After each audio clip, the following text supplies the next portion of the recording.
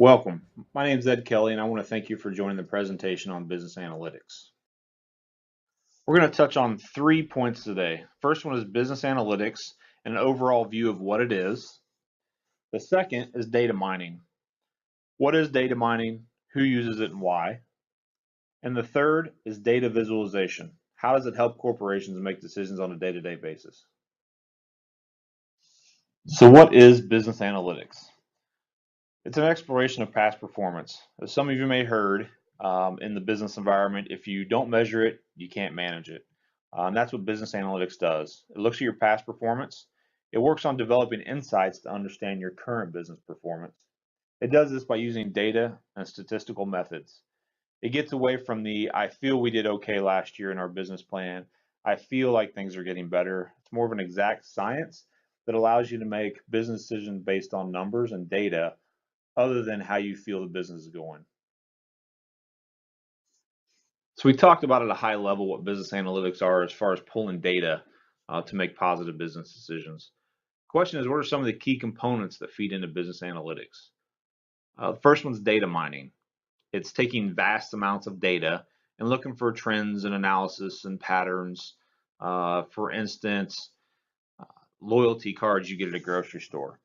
They will track individually, what coupons they should send you based on what you buy. They track it at the store level, what's selling at the store and what's not. Text mining, that's most commonly done on Twitter, Facebook, anything you put into social media sites, even call centers. Those scripts are kept. They can determine what most often people call for, what needs to be resolved on a daily basis as far as customer complaints, and they log all those on a daily basis. Forecasting, analyzing and forecasting trends, seasonal predictions, Black Friday, for instance, that we've all, I'm sure, taken part of at some point. What sells, what doesn't on Black Friday, what they need to stock up for prior to Black Friday, and how to resolve any issues as far as overstocked inventory and what they do with it. Predictive analysis. Create and manage predictive scoring models such as credit scoring. High scores potentially, you're going to pay your loan back compared to a lower score where you have some availability of funds that may become an issue at some point where you may not pay your loan. So that's some of the predictive analysis. Optimization, sale price optimization. If a item goes on sale, what is the chances of it selling? What's the chances of it running out of stock? Any fulfillment issues that may come across. And visualization. This is something where you see an output of a model and result that shows highly interactive statistics, graphics. It just takes all the data that you've talked about and discussed. It puts it in more of a visual format to allow you to absorb, and we'll go over that a little later in our Uber discussion. Below is a list of some of your mainstream industries using business analytics, and by all means, this is not a all-inclusive list, which we'll see a little later in the presentation. But you can see the financial services when you start talking about bank accounts, investments, 401ks, a lot of pricing and risk analytics they use on those to maintain profitability. Retail, demand forecasting is a big one. You got to prepare for those peaks, the seasonal items. Healthcare and pharma, somewhat interesting. They track your average length of stay, the drug treatment effectiveness.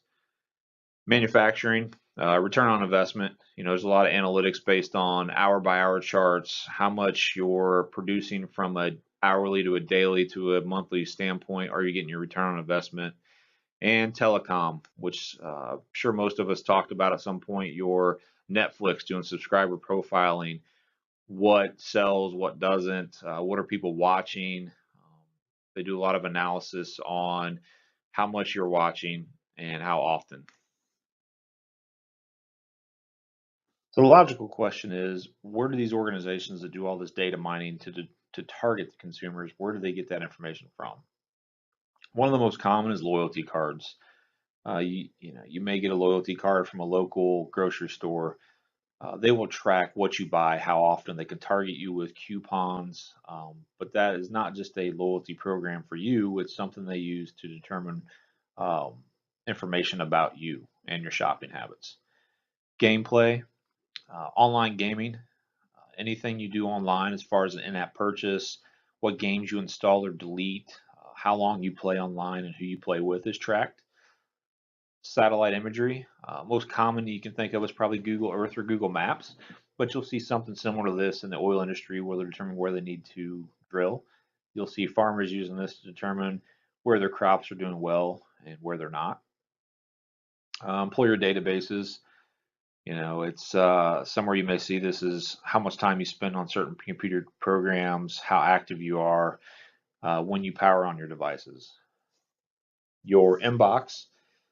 So a lot of Google and Yahoo mail programs, they'll target you for keywords in your emails, and they will send you, coupons, ads, emails that target those specific keywords to try to lure you into purchasing something.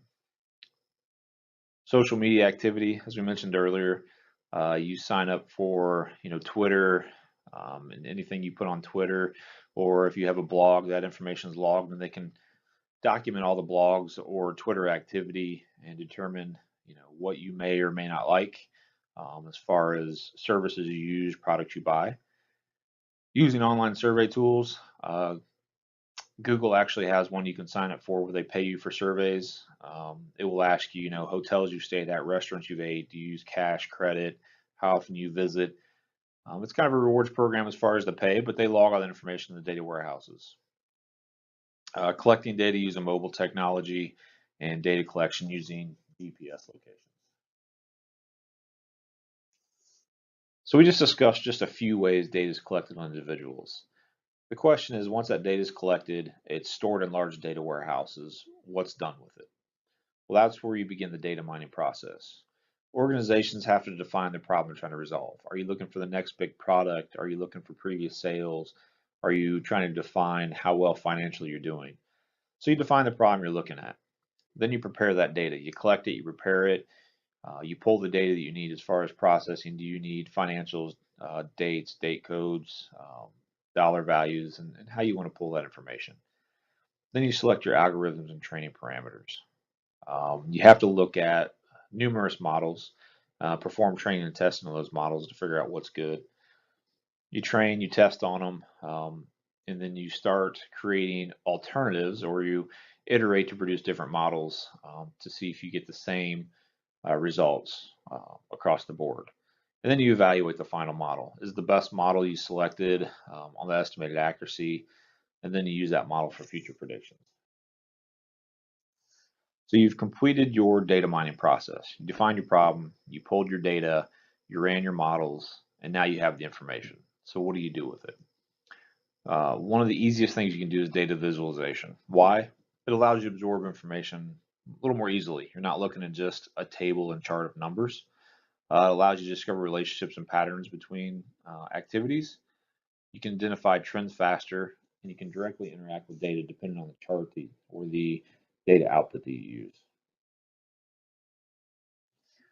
So you can see here, for example, Uber has some data visualization. It's a standard chart, the congestion by cities, the most traffic, and it was collected from TomTom Traffic Data Index, which is your GPS, is one of your collection points we discussed earlier.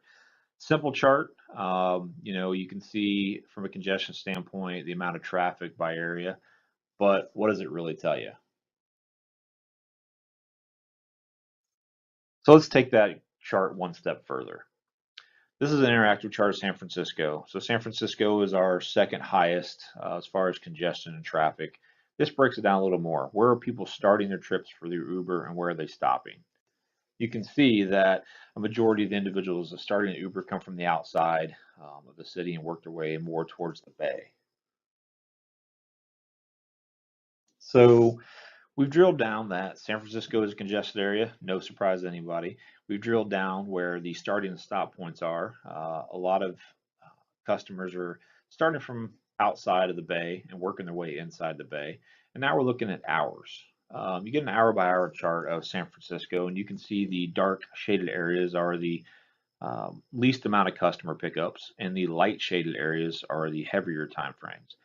So you can see like a Monday through Friday from midnight to roughly 6 a.m. Not a lot of customers out looking for a ride from Uber. So the question is, how does Uber utilize this information?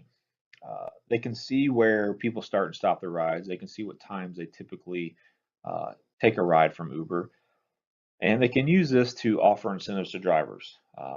One thing you want is um, Uber always wants to be on call. So the last thing you want is drivers to see, well, there's nobody there from midnight to 6.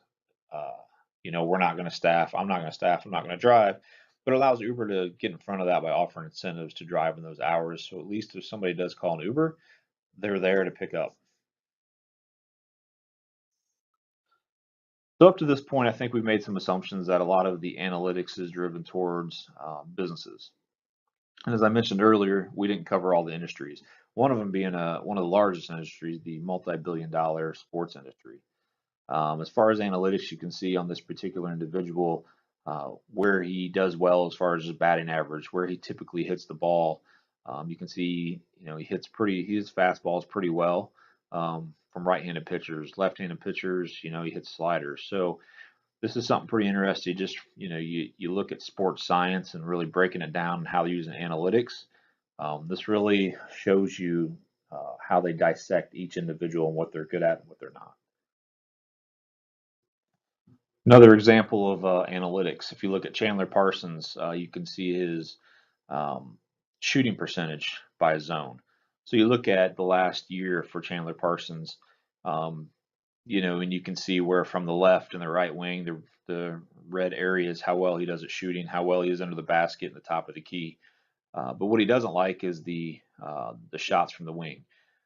So when you look at how people prepare, they run the analytics on individuals, and you can tell individuals if he's shooting from the wing, don't guard him. When he gets down low, he's pretty good. So not just from a business standpoint, you'll see analytics. You'll see it across, all industries. So a couple things to think about. What are your thoughts on how companies collect your information? Looking through keywords through emails, tracking your call center um, inquiries, tracking you on Twitter, your blogs, and how concerned are you with the information they get, how they're using it, potentially who they're selling it to, and how well it is to get a hold of that information. I appreciate you taking the time to listen to the presentation.